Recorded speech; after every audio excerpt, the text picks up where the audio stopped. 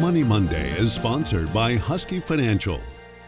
While you're fussing over your abs and pecs this summer, how about budget you could bounce a dime off of? How do you like that? Howard Dvorkin, our good friend, chairman of WTAT.com, is here to get us fit this summer as far as our finances are concerned. Well, obviously your finances need to be fit because I'm certainly not fit this summer, but I'm working on it. Great to be here. People are going to be traveling, people are going to be spending money, and all of a sudden we have this new thing out there called inflation. Yeah. And it is such a problem. People, whatever you spent last year or the year before, and your savings accounts were a little heftier then. And now they're not so hefty, and it's just going to get more expensive. Yeah, not only is it stealing people's joy, it is stealing money out of their pockets. Between inflation and high gas prices, nobody can do much of anything this summer. Well, they can do it, and they're going to do it. They can't afford to do it is the problem. Yes.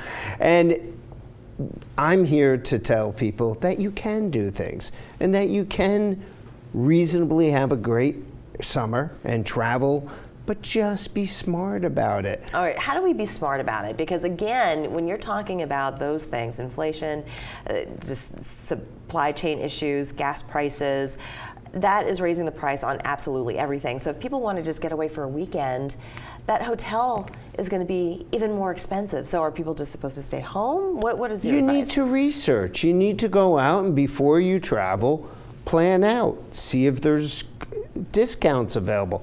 See if there's alternative places you could stay. Rental cars are through the roof right now. Go through and do some research, and frankly, you can find some very big discounts if you put the time in. Mm-hmm. Now, you say something about babysitting a budget. What does that mean exactly? Well, you need to go through and look at your budget almost on a weekly basis. I always say go through and look at it on a monthly, but because people are going to probably be traveling a little more than normal, they need to go through and make sure that they're sticking on their budget. So if they kind of come off, their budget comes off the rails, to get it back on quickly, because you don't want to find out at the end of the month that, oops, I spent an extra $1,000 that I don't have, and it's going to sit on my credit cards. Right. And that's something that I wanted to get to. So we're being asked to ditch the YOLO. What does YOLO mean? YOLO is you only live once, and the fact of the matter is that great experiences can be had without spending a fortune.